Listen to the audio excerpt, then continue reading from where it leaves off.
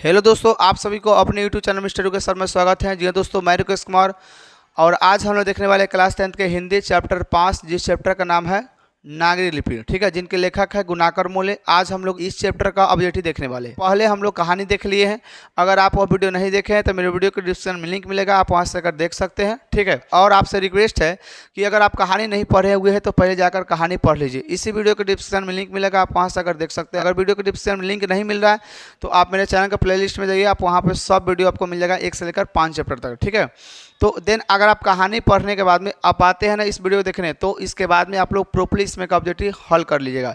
तो पहले आप कहानी देख लीजिए, उसके बाद में आप लोग ऑब्जेक्टिव देखिएगा। ठीक है दोस्तों, अगर देख लिए तो कोई बात नहीं है। आइए स्टार्ट करते हैं क्लास को। ठीक है, चलिए पहला नंबर क्वेश्चन देखिए क्या है। पहला नंबर क्वेश्चन है भैया कि गुनाकर मूल्य मिडिल स्तर की पढ़ाई किस भाषा में की थी।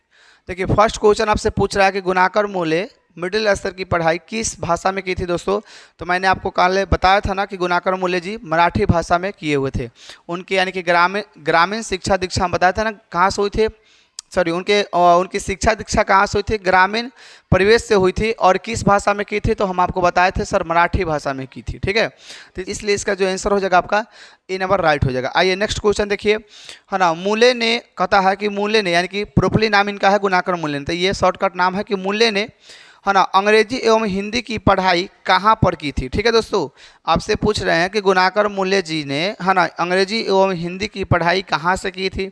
ऑप्शन ए में दिया गया है दिल्ली से, ये दिल्ली से है। बी में है आपका जैनपुर से, सी में है वर्धा से और डी में है इलाहाबाद से। जी दोस्तों, हम आपको बताए थे कि गुनाकर मूल्य जी ने, है ना, जो है ना अंग्रेजी हिंदी और अंग्रेजी की पढ़ाई जो की थी इलाहाबाद से की थी। कहाँ से की थी, इलाहाबाद से। इसलिए जो आपका राइट आंसर हो जाएगा वो आपका डी नंबर हो जाएगा। क्या हो जाएगा, डी नंबर हो जाएगा। ठीक है, चलिए नेक्स्ट क्वेश्चन 3 नंबर आते हैं।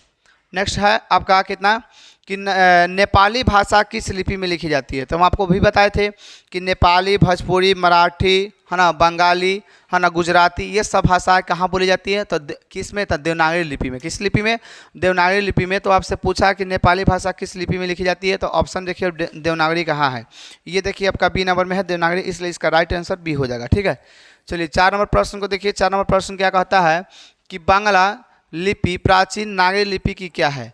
बताइए तो पुत्री होगी नहीं, क्योंकि हमने कल बताया था कि बहन है। क्या है, बहन है दोस्तों। ठीक है, इसलिए इसका राइट आंसर बी नंबर हो जाएगा। बांग्ला लिपि प्राचीन नागरी लिपि की क्या है तो बहन है। ये 5वां प्रश्न देखिए, कहता है 5वां प्रश्न में क्या है कि केरल के शासकों के द्वारा सिक्कों पर वीर केरलस्य शब्द, है ना, किस लिपि में लिखी गई है। देखिए दोस्तों, आपसे पूछ रहा है कि केरल के शासकों के द्वारा सिक्कों पर वीर केरलस्य शब्द किस लिपि में लिखी गई है दोस्तों। तो ऑप्शन ए में है नागरी लिपि, बी में है ब्राह्मी लिपि, सी में दिया गया है नंदी नागरी लिपि और डी में दिया गया है गुरुमुखी लिपि। तो जी हाँ दोस्तों, जो इसका राइट आंसर हो जाएगा आपका वो नागरी लिपि हो जाएगा। आपका आंसर ए हो जाएगा राइट। ठीक है, चलिए आगे देखिए। आगे है कि पहल किन राजाओं के लेखों के, है ना, लिपियों को ही नंदी नागरी नाम दिया गया था। आप लोग बताइए दोस्तों, इसका जवाब आप लोग दीजिएगा कि हम दे। चलिए हम ही बता देते हैं, आपसे दूसरा प्रश्न पूछ लेंगे। ठीक है, चलिए दोस्तों, तो ये क्वेश्चन जो कह रहा है कि पहल, है ना, पहल किन राजाओं के, है ना, लेखों के लिपियों को ही, है ना, नंदी नागरी नाम दिया गया था।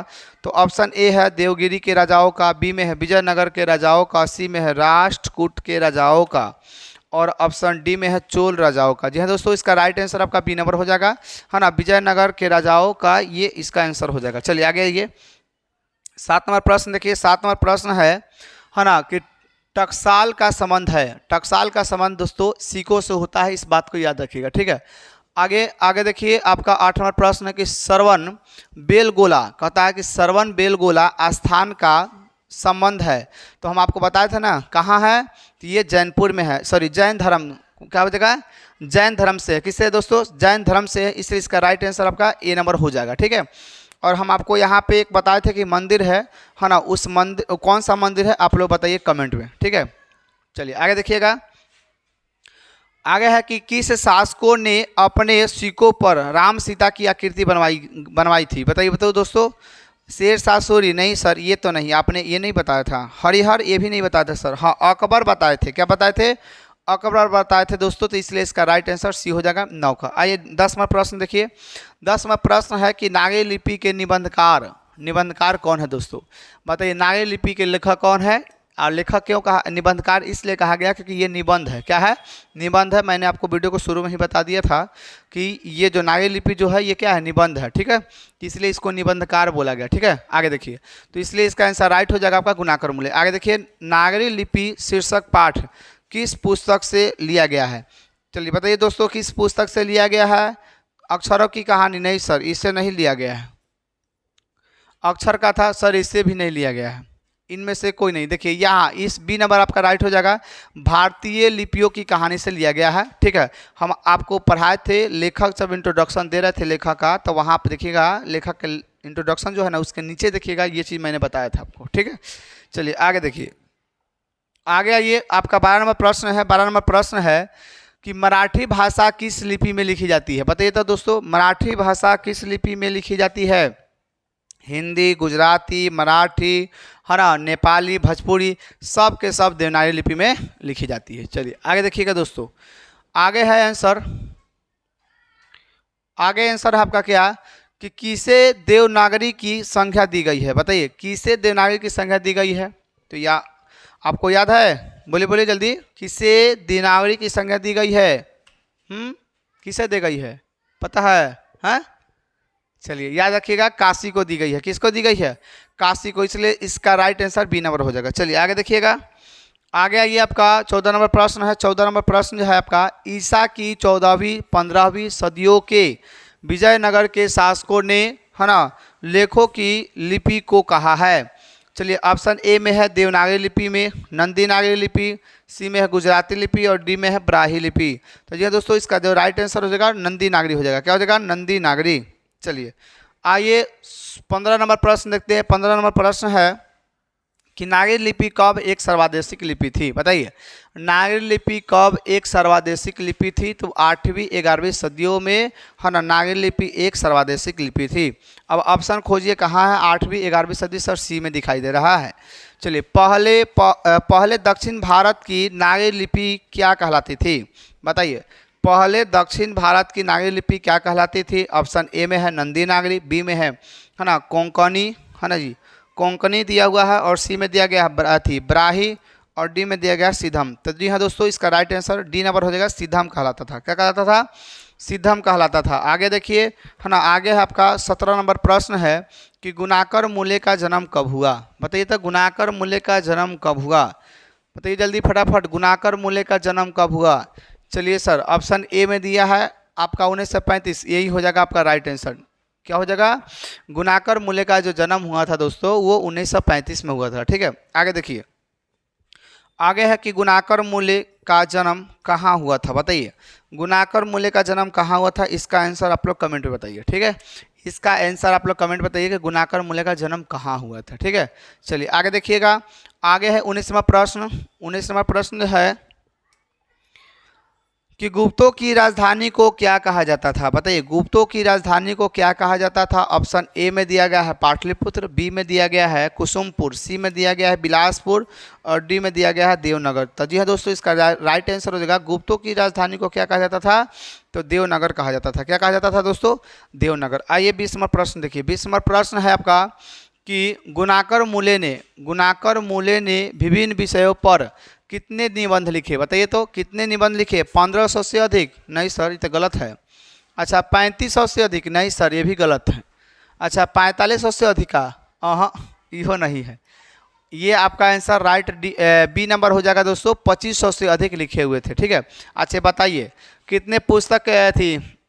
इतना लेख लिखे हुए थे 2500 से, और कितने पुस्तकों की रचना की थी? हाँ, तो 30 पुस्तकों। याद रखिएगा 30 पुस्तकों, और 2500 से अधिक इन्होंने क्या किए थे? है ना, लेख को, है ना, प्रकाशित करवाए हुए थे। चलिए आगे देखिएगा। आगे है कि भारतीय लिपियों की कहानी किनकी प्रसिद्ध रचना है? बताइए भारतीय लिपियों की कहानी किनकी प्रसिद्ध रचना है?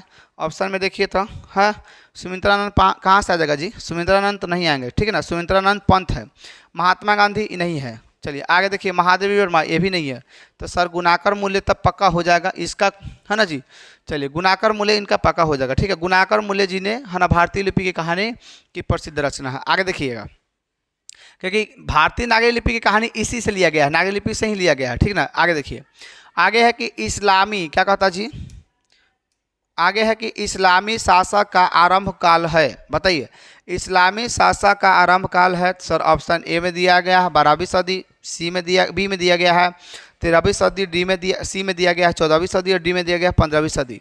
तो इसका जो राइट आंसर हो जाएगा भैया आपका बी, ए नंबर हो जाएगा आपका 12वीं सदी में, 12वीं सदी को माना जाता है। इसके इनके इस्लामी शासक का जो आरंभिक काल जो है वो 12वीं सदी को माना जाता है। आगे देखिए, आगे 23वां प्रश्न है। 23वां प्रश्न है भैया कि गुणाकर मूल्य, हाँ, की मृत्यु कब हुई थी। बताइए, गुणाकर मूल्य की मृत्यु कब हुई थी, 2009 में या 1999 में या 1995 या 2005। बताइए आप लोग, बताइए जल्दी जल्दी फटाफट कि गुणाकर मूल्य की मृत्यु कब हुई। जी हाँ सर, हमको पता है सर 2009 में हुई थी। कहाँ हुई थी, 2009 में हुई थी। चलिए आगे देखिए, नागरी लिपि के आरंभिक लेख हमें कहाँ से मिलते हैं। बताइए, नागरी लिपि के आरंभिक लेख हमें कहाँ से मिलते हैं। ऑप्शन ए है पूर्वी भारत, बी में है पश्चिमी भारत, सी में है दक्षिण भारत और डी में है उत्तरी भारत। तो जी हाँ दोस्तों, इसका जो राइट आंसर होगा आपका सी नंबर हो जाएगा, है ना, दक्षिण भारत से, है ना, मिलते हैं, ठीक है। चलिए आगे देखिए, आगे देखिए 25वां प्रश्न है। 25वां प्रश्न है क्या, 25वां प्रश्न देखिए, है ना, कि बेतमा दान पत्र किस समय का है। बताइए, बेतमा दान पत्र किस समय का है। तो ये 1021 नहीं है, 1022 नहीं है, 1023 नहीं है। तो सर आपका आंसर ए हो जाएगा 1020 है, ठीक है। चलिए आगे देखिए, उत्तर भारत के, है ना, उत्तर भारत के नागरी लिपि के लेख कब से मिलने लगते हैं। बताइए, उत्तर भारत के नागरी लिपि के लेख कब से मिलने लगते हैं। ऑप्शन ए में है 8वीं सदी, बी में है 9वीं सदी, सी में है 10वीं सदी और डी में है 11वीं सदी। तो जी हाँ दोस्तों, इसका जो राइट आंसर हो जाएगा आपका ए नंबर हो जाएगा, 8वीं सदी से मिलने लगते हैं। आगे देखिएगा, आगे है 27वां प्रश्न। हाँ, 27वां प्रश्न है कि तमिल, क्या कहता है जी, तमिल, है ना, मलयालम, तेलुगु, कन्नड़ भाषाएं है। बताइए, ये कहाँ के लोग ये बोलते हैं, उत्तर भारत की। नहीं सर, उत्तर भारत की नहीं बोलता। पश्चिम भारत, नहीं सर। तो सर दक्षिण भारत, हाँ ये राइट है भैया, दक्षिण भारत के लोग ये भाषा बोलते हैं, तमिल, मलयालम, तेलुगु, कन्नड़, ठीक है। आगे देखिए, सरहपाद किसकी कृति है। बताइए, हम आपको कल बताए थे कि सबसे ज़्यादा इंपॉर्टेंट है, कई बार एग्जाम में पूछा भी गया है कि सरहपाद किसकी कृति है। तो सर दोहा कोश की है। किसका है, दोहा कोश की है। चलिए, इसका दोहा कोश इसका आंसर हो जाएगा। बताइए, दोहा कोश किसकी कृति रचना है। तो आप लोग दिमाग दौड़ेगा, सर ये सरहपाद की कृति दोहा कोश है, तो दोहा कोश भी तो सरहपाद का हो जाएगा ना जी। इसलिए इसका राइट आंसर आपका ए नंबर हो जाएगा, सरहपाद। बताइए, हिंदी के आदि कवि कौन है। हिंदी के आदि कवि कौन है दोस्तों। ऑप्शन ए में दिया गया है अमीर खुसरो, है ना, और बी में दिया गया है सरहपाद और डी में दिया गया है बिहारी लाल और सी में बिहारी लाल है और डी में दिया गया है अमरकांत। जी दोस्तों, बताइए, हिंदी के आदि कवि हम आपको कल बताए थे कि कौन है, सरहपाद है। कौन है, सरहपाद। इसलिए इसका राइट आंसर आपका बी नंबर हो जाएगा। चलिए, आपसे एक प्रश्न हम पूछ लेते हैं, एक प्रश्न आप लोग कमेंट में बताइएगा, हम आपसे एक प्रश्न पूछ लेते हैं, ठीक ना। चलिए, एक प्रश्न है आपसे कि बताइए, अक्षर कथा किसकी रचना है। अक्षर कथा किसकी रचना है, ठीक है। ये आप लोग, अक्षर कथा किसकी रचना है, किसकी रचना है, ये आप लोग जवाब दीजिएगा कमेंट में, ठीक है दोस्तों। चलिए, ये आप लोग से हम आपके लिए छोड़ दे रहे हैं कि आप लोग इसका जवाब दीजिए, कमेंट में बताइएगा कि इनका उत्तर क्या होगा, ठीक है। चलिए, तो आज के लिए इतना ही, फिर मिलते हैं नेक्स्ट वीडियो के साथ। हम लोग अब इसके सब्जेक्टिव प्रश्न को देखेंगे। कहानी तो डाल ही दिए हैं, ऑब्जेक्टिव आज हो ही गया, और हम लोग नेक्स्ट वीडियो में देखेंगे क्या, तो सब्जेक्टिव प्रश्न इनके वीवीआई जितने भी इस चैप्टर से आ सकते हैं वो सभी के सभी हम लोग आज, मतलब नेक्स्ट वीडियो में हम लोग एक ही वीडियो में कवर करेंगे, ठीक है। वीडियो अच्छा लगा हो तो लाइक कीजिएगा, और चैनल पर पहली बार आप आए हैं तो सब्सक्राइब कीजिएगा, और आप पहले से जुड़े हुए हैं तो शेयर जरूर कीजिएगा। उम्मीद करता हूँ कि वीडियो पसंद आया होगा। Okay, all the best, love you.